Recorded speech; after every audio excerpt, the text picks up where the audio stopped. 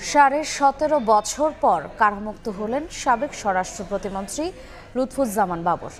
এই মুহূর্তে কেরানীগঞ্জ কেন্দ্রীয় কারাগারের সামনে আছেন সহকর্মী কামরুজ্জামান মামুন। সরাসরি যাচ্ছি তার কাছে।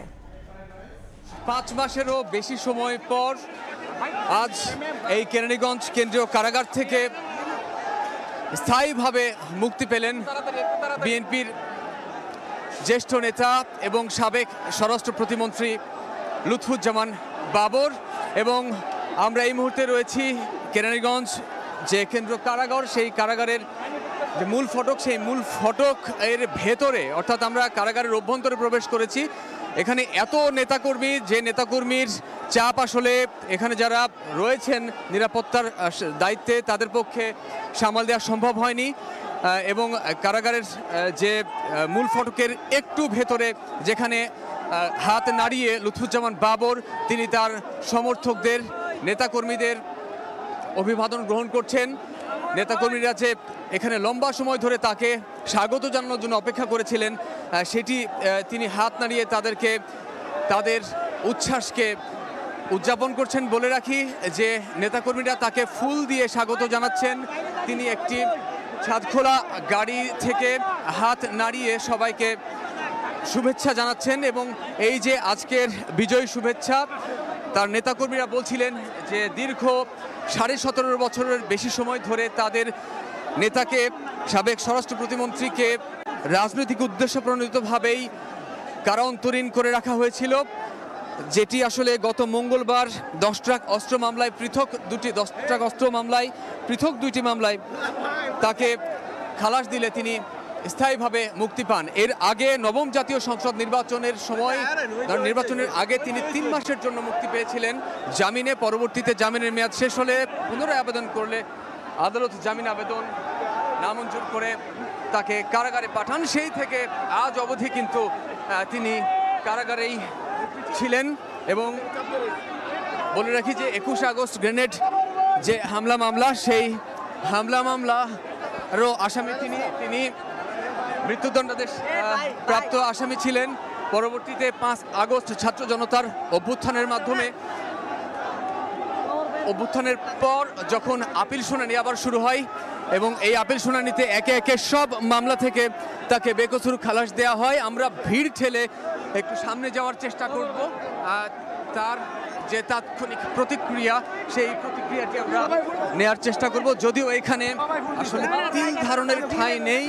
তার যে গাড়িতে তাকে আসলে নিয়ে যাওয়া হবে, এখান থেকে যে গাড়িতে করে তিনি বিএনপির প্রতিষ্ঠাতা জিয়াউর রহমানের সমাধিস্থলে যাবেন, সেই গাড়ির চারপাশ ঘিরে রয়েছেন হাজারো নেতাকর্মী। তারা ফুলের মালা দিয়ে, ফুল দিয়ে বিভিন্নভাবে তারা তাদের নেতাকে স্বাগত জানাচ্ছেন। তাদের নেতাও হাত নাড়িয়ে সবাইকে শুভেচ্ছা জানাচ্ছেন।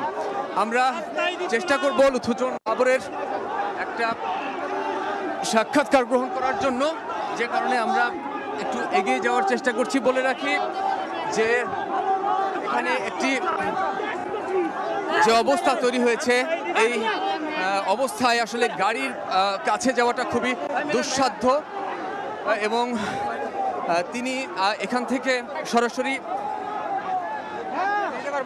জিয়াউর রহমানের সমাধিস্থলে যাওয়ার পর সেখান থেকে তিনি তার বাসভবনে ফিরবেন, যেটি আমরা জানতে পেরেছি। বলে রাখি যে তার যে মামলা ছিল, সেই মামলাগুলো একে একে খালাস পাওয়ায় তিনি আজ স্থায়ীভাবে কারামুক্তি পেয়েছেন। এবং তার এই কারামুক্তিতে উচ্ছ্বসিত নেতাকর্মীরা লম্বা সময়, সেই ভোর থেকেই অপেক্ষা করছিলেন কারা ফটকের সামনে। আদালত মঙ্গলবার রায় দেওয়ার পর হাইকোর্ট থেকে সেই আদেশ পৌঁছায় চট্টগ্রাম কারাগারে, এবং চট্টগ্রাম কারাগার থেকে এই কেরানীগঞ্জ কারাগারে যখন সেই আদেশের কপি আসে, তারপরই তিনি আসলে এখান থেকে মুক্তি পেলেন। বলে রাখি যে এর আগে নেতাকর্মীরা যখন অপেক্ষা করছিলেন, তারা বলছিলেন যে রাজনৈতিকভাবে বিএনপিকে কোণঠাসা করতেই বিএনপির যে শীর্ষ নেতারা ছিলেন তাদেরকে অপদস্থ করার কৌশল হিসেবেই বিভিন্ন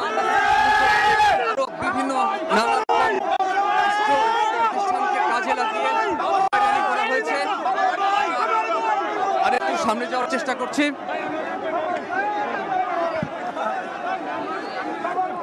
দশ ট্রাক অস্ত্র মামলা,